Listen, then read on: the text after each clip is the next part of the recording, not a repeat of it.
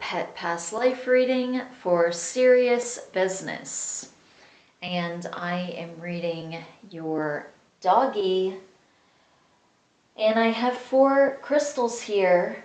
So I'm going to go ahead and surround everybody here with my rose quartz. So I have your picture, I have the dog's picture, I have your mom's picture, and I have your dad's picture, because I know that you're all around the dog, so you could all really be influencing the dog, or it may just be one person in particular that comes up, or who knows. So I'm just going to surround myself and then surround all 4 of you.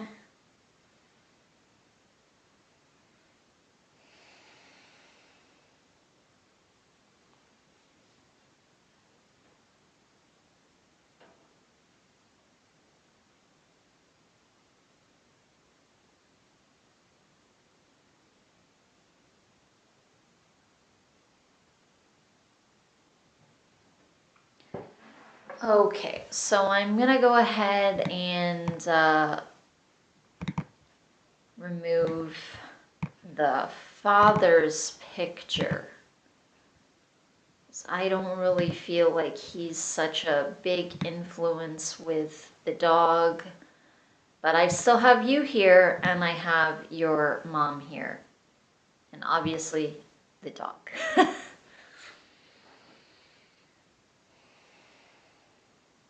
Okay, so I have a guide coming up. So this is a little fairy guide coming up. Obviously in their dimension they're not little, but in ours anyway, or the way that it is appearing to me anyway, it looks like a little tiny person flying. So this is one of the dog's guides. Usually animals tend to have fairy guides. And then I have some of your guides coming up as well.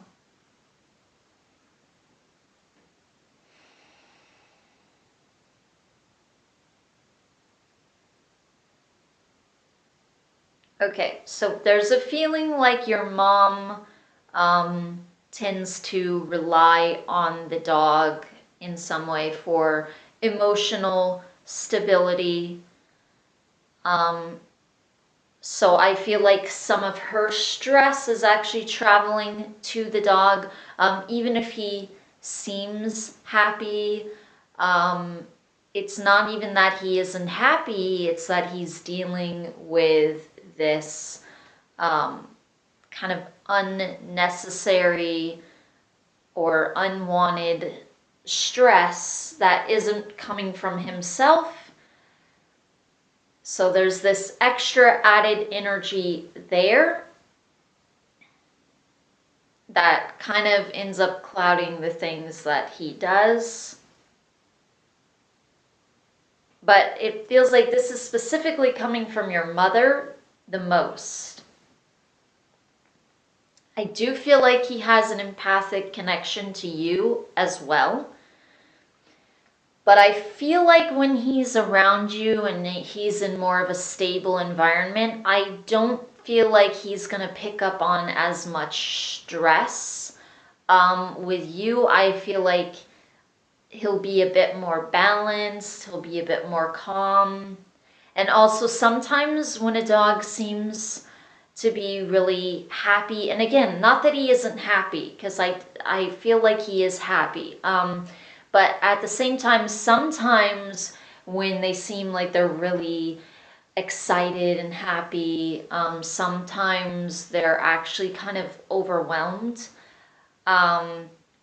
So it can almost feel like almost like a kind of heart attack to a dog if they're getting really overexcited or overstimulated. That is not actually necessarily a good thing.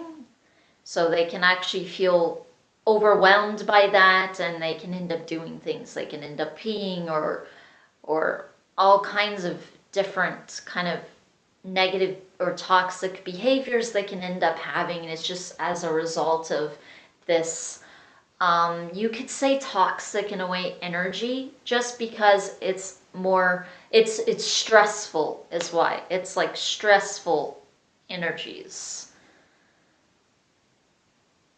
And there's a feeling like your mom also gives off other energies as well. She does give positive energies to the dog as well.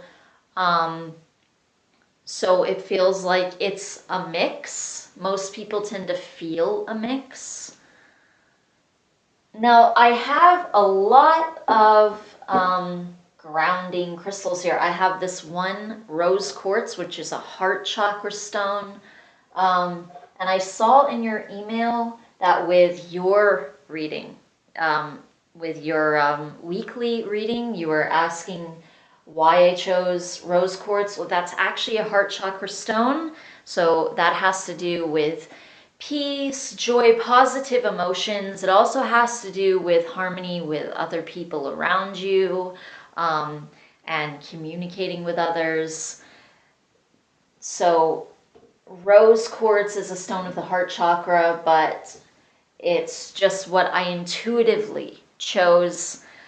But then I have these 3 grounding stones here.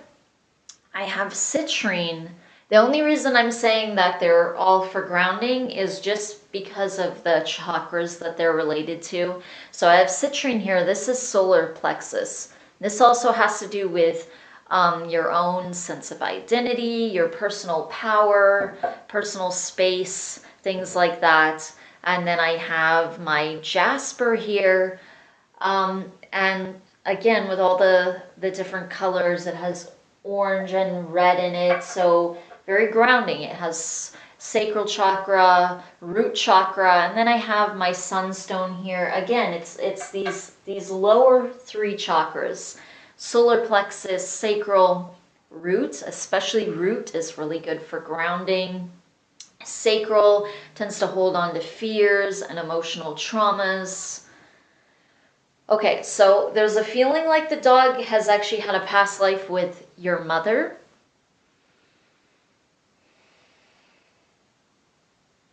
I'm actually not sure if he's had a past life with you or not, or if this is the first time where I feel like he might have seen you in a past life.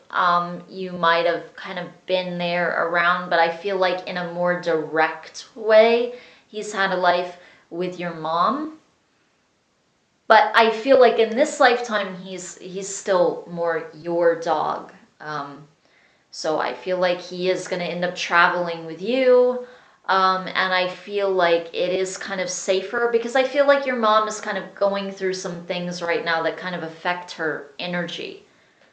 And it's not that a dog wouldn't be good, but I feel like a different dog would be better. All dogs, various dogs have different personalities, animals, and so they can handle different things better. So if you have a hyper dog or a dog that can be a little more prone to that it just feels like another energy would be a little bit more suitable, a little bit more stable,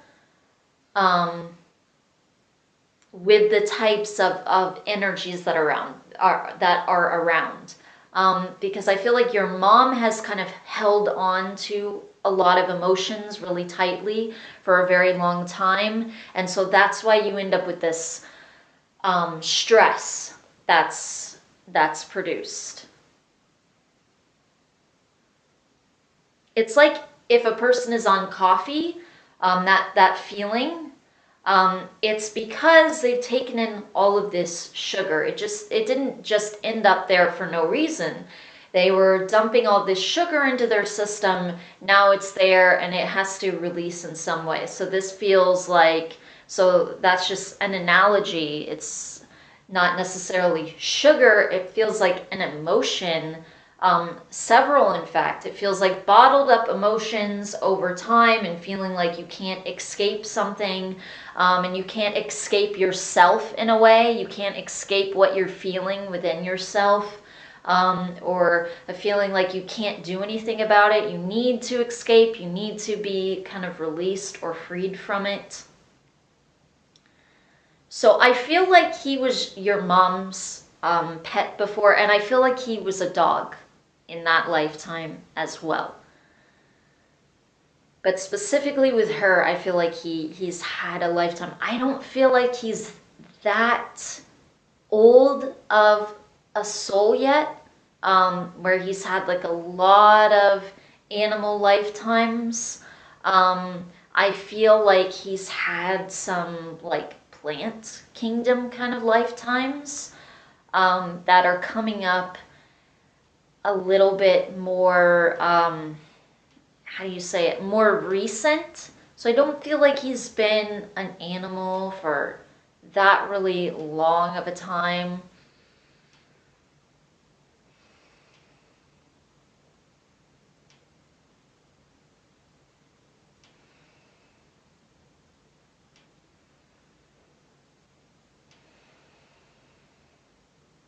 And I also don't really feel like he's had that many lifetimes in general yet. So I still feel like things are kind of new to him. He's still kind of exploring. He also, it feels like he doesn't really have a lot of experience with guides and things like that where he can listen to them in a really intuitive way, because it feels like he's still a little bit kind of overwhelmed by more physical things because he's unused to them.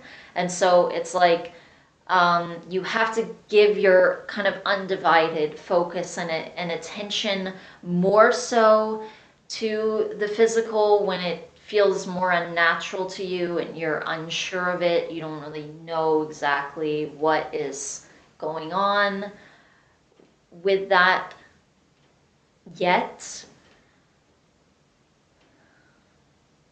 It also feels like other animals are good for him.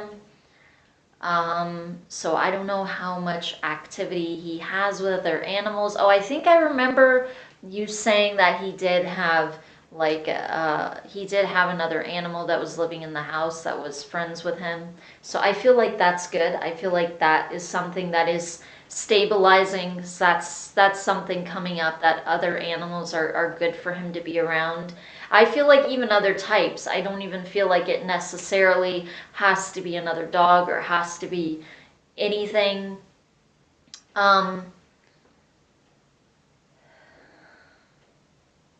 Because I feel like he's kind of exploring everything, and I feel like um, different types of energies as far as animals go would suit him.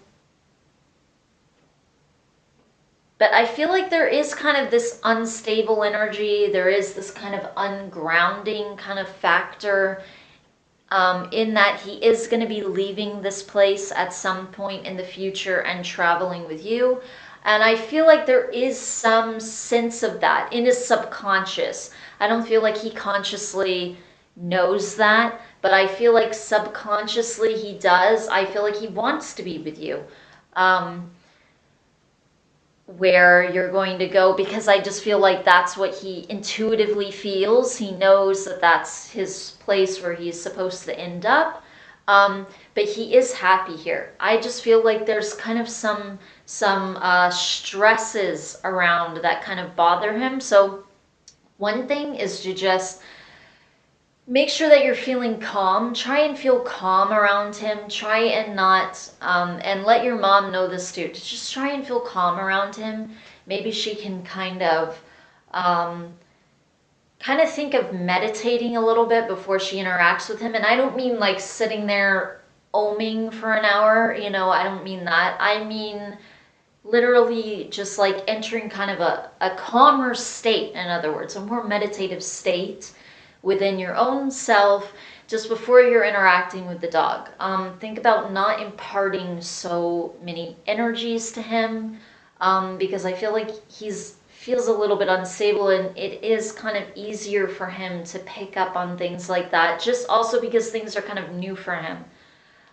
He's not used to certain things, and also the fact that he doesn't feel 100% settled in the space where he is. There's this kind of up in the air feeling a little bit. But I also feel like when you do finally take him to the place where he's more going to stay a little bit more permanently, it feels like you might want to have another animal with him. It would be good to get another animal.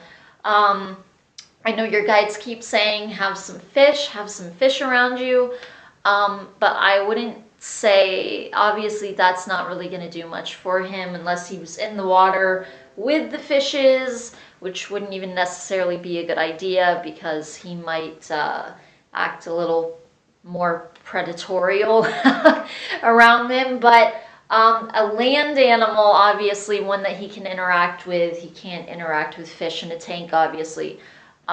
So I know you might end up considering getting some fish, but I would have another animal with him that he can more have actual encounters with, dog, cat, or it could be another animal, could be a bird, whatever, but something that's kind of physically there. With him, it feels like, especially in the day, like when you're doing your classes or whatever, it feels good for someone to be there with him, and somebody who's more calm. An animal is going to be a little bit more calm or more reassuring. So you should also think about what animal, what energy type as well would be good for him. Once you're able to take him, and you can think about adopting another animal. That is even something coming up. It feels like adopting the animal, and getting an animal that's a little bit calmer. It actually feels like an animal that's a little bit older, not necessarily like an elderly animal, but an animal that's a little bit older, not like a puppy, but it feels like adopting an animal is what it feels like, and one that is a little bit more stable, calmer, a little bit older, who can play with him. But at the same time, it feels like not play like really roughly or in like a really excited way. It would also be good to make sure that the animal is a little bit more around his size. You don't want an animal that's too big either. It feels like, and this feels more like he could almost strain himself physically or something like that.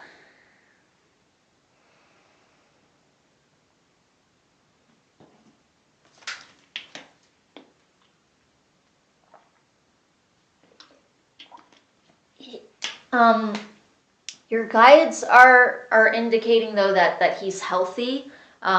He feels relatively healthy. It doesn't really feel like he has a lot going on with him as far as physical ailments go.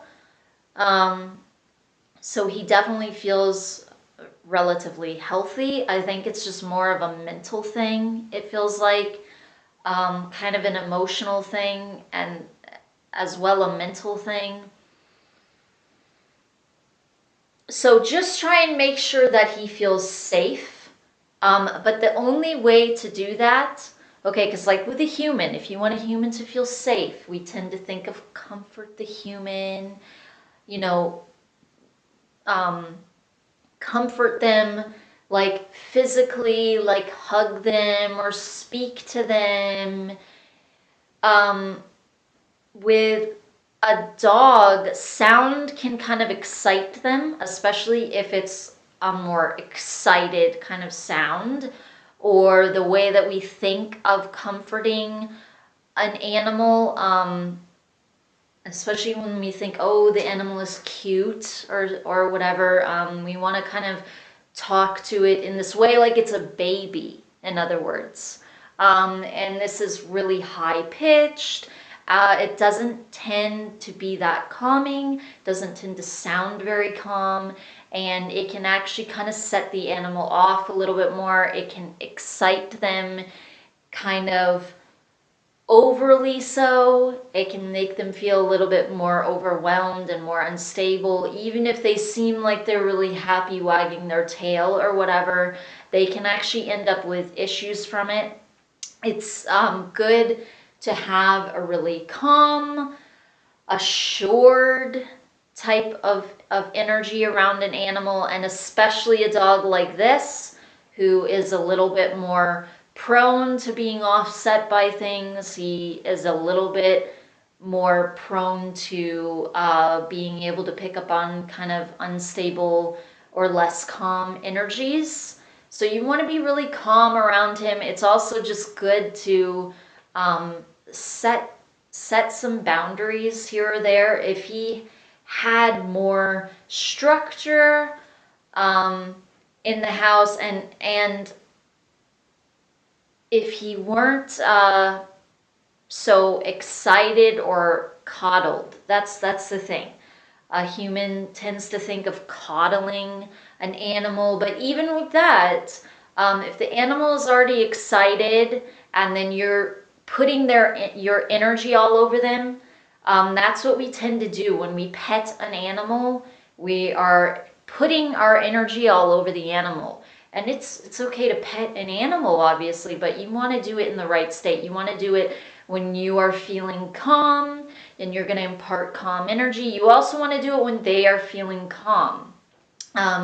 So you don't want to excite them more when they're already excited. So it's really better to stand back a little bit and be in a calmer space and let them calm down, and then go to them with your energy and just try and be more conscious of that, where it's in a calmer way. And I feel like that is something that would really help him.